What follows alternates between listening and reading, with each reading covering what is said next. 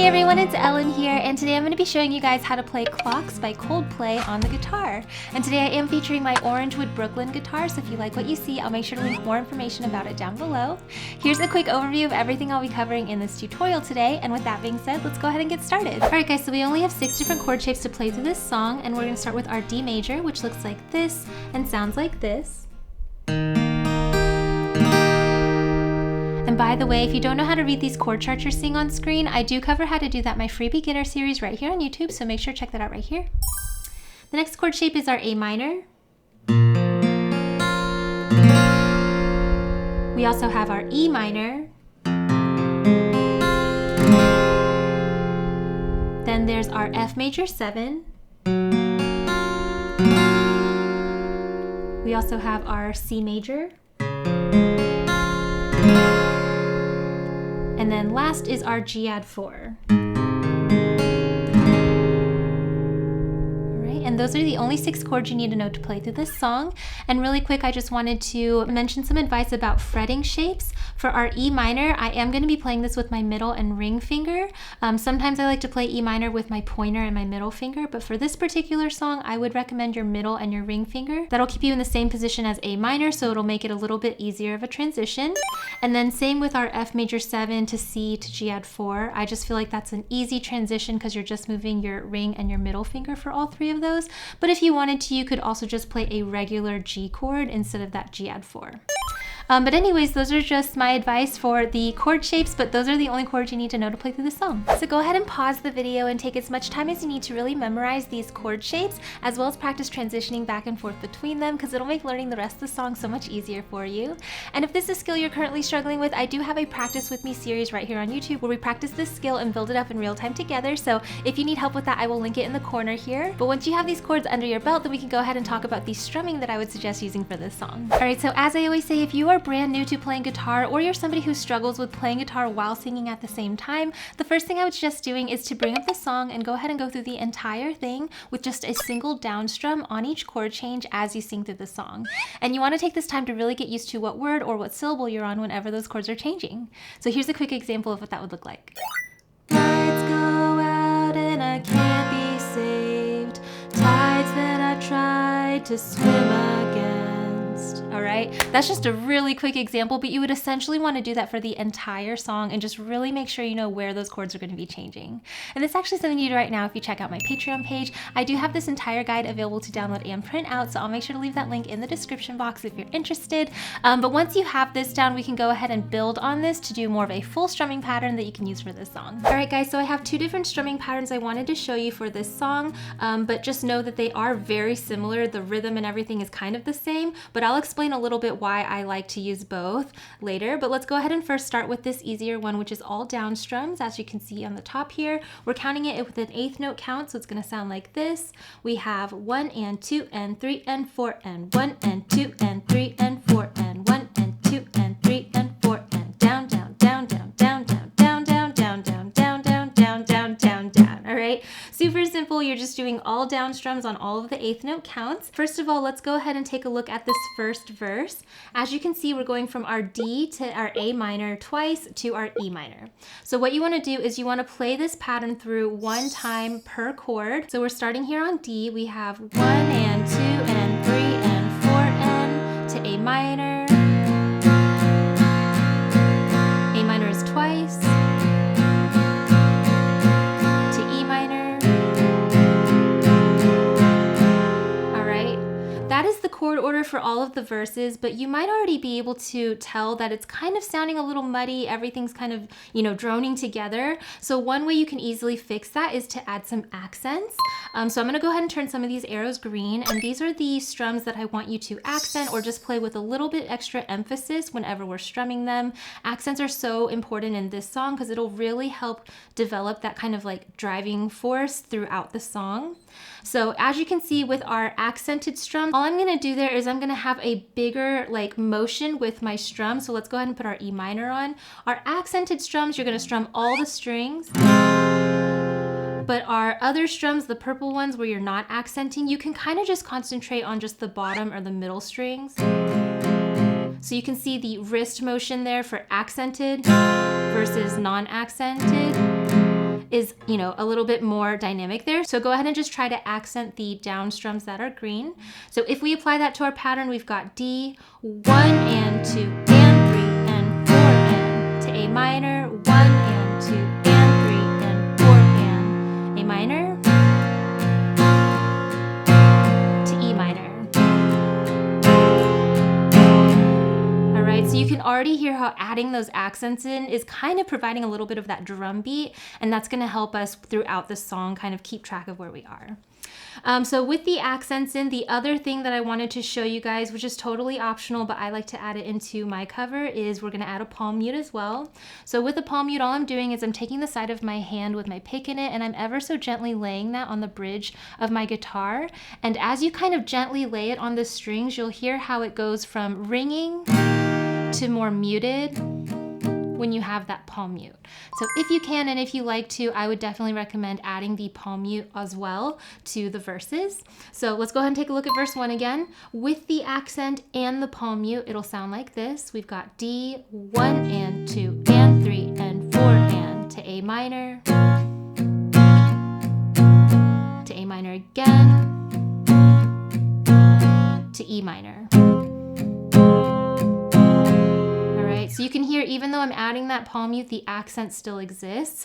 The accents, like I said, are going to be the most important part of playing this song and having it sound not too muddy. All right, so let's go ahead and go through verse 1. I'm going to add the accents in the palm mute as well as some lyrics so you can hear how it all comes together. We've got D, A minor, A minor, to E minor.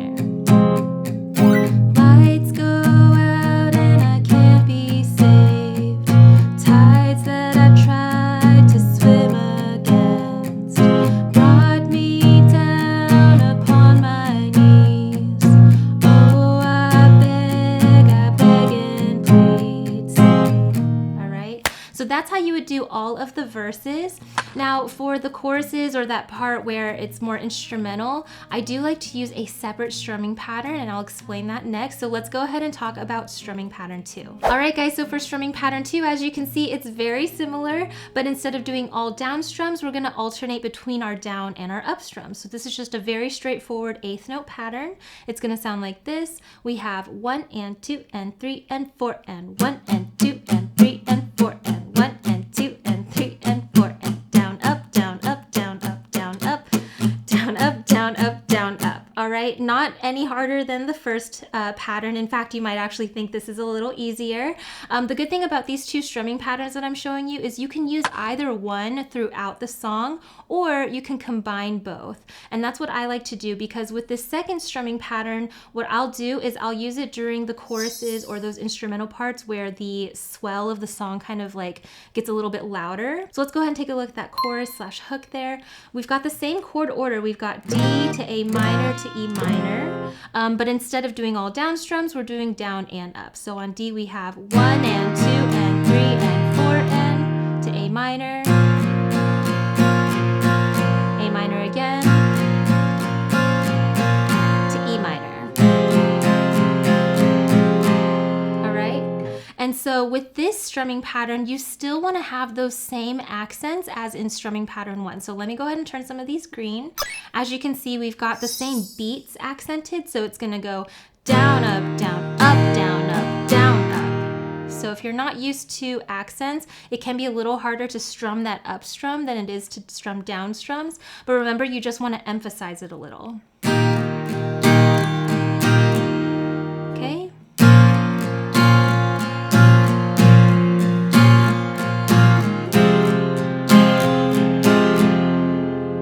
So if you can accent those green strums, then I would definitely continue doing that throughout the song.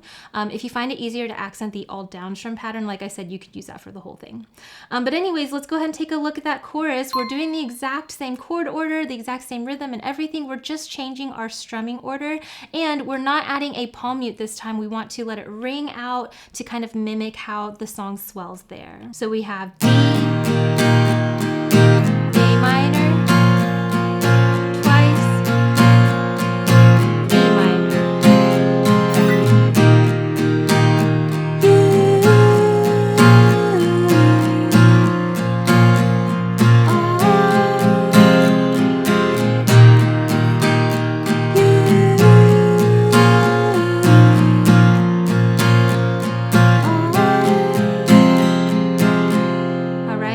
would use this second strumming pattern with the ringing throughout all of the choruses or those little instrumental sections, as well as the bridge. Now in the bridge, this is where we're going to use our other set of chords. So let's go ahead and take a look at that. We're starting here on our F major 7. I like to use strumming pattern 2 for this part, so the way we're playing it with our right hand is still exactly the same. We've got F major 7, down, up, down, up, down, up, down, up twice, to C, to G add 4. And nothing else compares.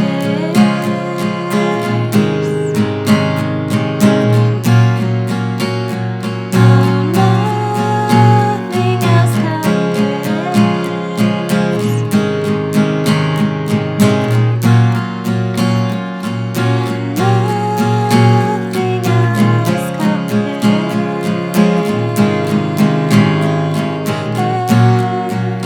Then we're staying on F major 7 for 4 measures, and then back to D. All right, and then it's back to that same 3 chords that we've been playing for the rest of the song. But basically for this second strumming pattern, I would recommend using it for all of the choruses, all of the instrumental sections, as well as the bridge, the outro, basically anywhere that's not a verse. But yeah, those are my suggestions for how to strum this song. All right guys, so again, go ahead and pause the video and take as much time as you need to really get either one of these strumming patterns under your belt, or you can do both the way that I like to do. Just remember the most important part about either of these patterns is adding those accents in. So make sure you practice that, because that'll really help the guitar part kind of stand by itself and have a little bit of that driving force throughout the song. But once you get these strumming rhythms under your belt, there is one last thing I wanted to show you guys, which is that little solo tab that you kind of hear throughout the song. It's actually pretty simple to play, so let's go ahead and talk about that next. All right guys, so for this little solo tab, this is the easiest way I found to play it. So first of all, if you don't know how to read the tab that you're seeing at the top of the screen, go ahead and check out my How to Read Tabs video. I made a fun little interactive video that goes through that with you, so check that out first and then come back here.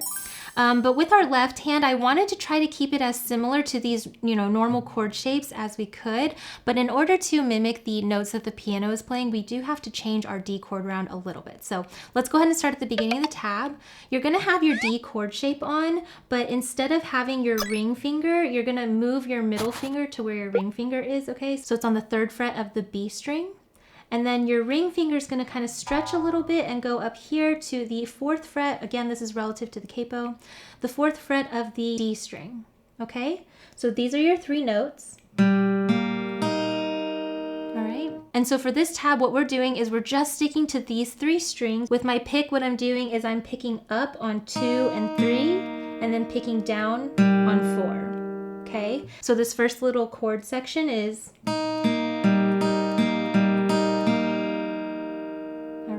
with your picks, up, up, down, up, down, up, down. Okay. Then we move on to our next chord shape, and for this on our left hand, you can go straight to your A minor chord shape. And again, your picking and your right hand is going to be the same. We've got up, down, down, up, down. Okay, and we're almost done. From here, we're going to go to our E minor chord shape. And what you can do here is I actually, instead of forming my E minor chord shape, from my A minor, I just let go of all the strings except for my middle finger, because again, we're just sticking on our 2nd, 3rd, and 4th strings, okay? So you really don't need to fret this other 5th string. But anyways, the pick is going to be the same. We have up, down, down, up, down. And then from here, you would go back to that kind of like alternate D chord shape. And what I like to do is, because my middle finger is already here, I like to kind of slide it up a fret, and then your ring finger is going to land on the fret above it. So it's just kind of a helpful like transition tip. If you're anything like me, it can be a little bit more difficult to get back to that alternative like D chord shape because it's not a normal, open chord. So again, I like to just take my middle finger, slide it up a fret, put my ring finger down, and then from there, go back to where the other 2 fingers go, okay? So the whole tab sounds like this.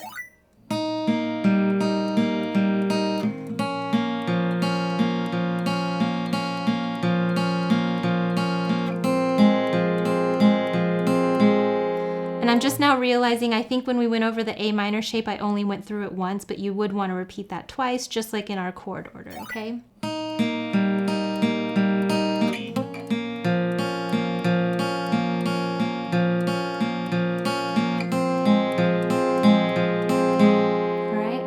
get to the end, you would just basically start back at the beginning again. And that kind of goes throughout the song. It's definitely like in the intro as well as like those chorus, like instrumental sections. But if you had like a friend to play with, or you were like using a looper pedal or something, you could totally like have this playing throughout the song. It sounds pretty good.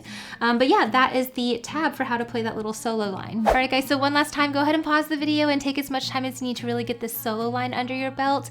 It's totally optional. If you didn't want to add that into your cover, you could totally just strum through the whole thing. But I do think it's kind of fun to add these little embellishments sometimes. So go ahead and take as much time as you need to get that under your fingertips. But once you're ready, we can go ahead and put everything we've learned in this tutorial together, the chords, those transitions, the strumming, that little tab if you want to. We can put it all together to play through the song. 1, 2, ready, go.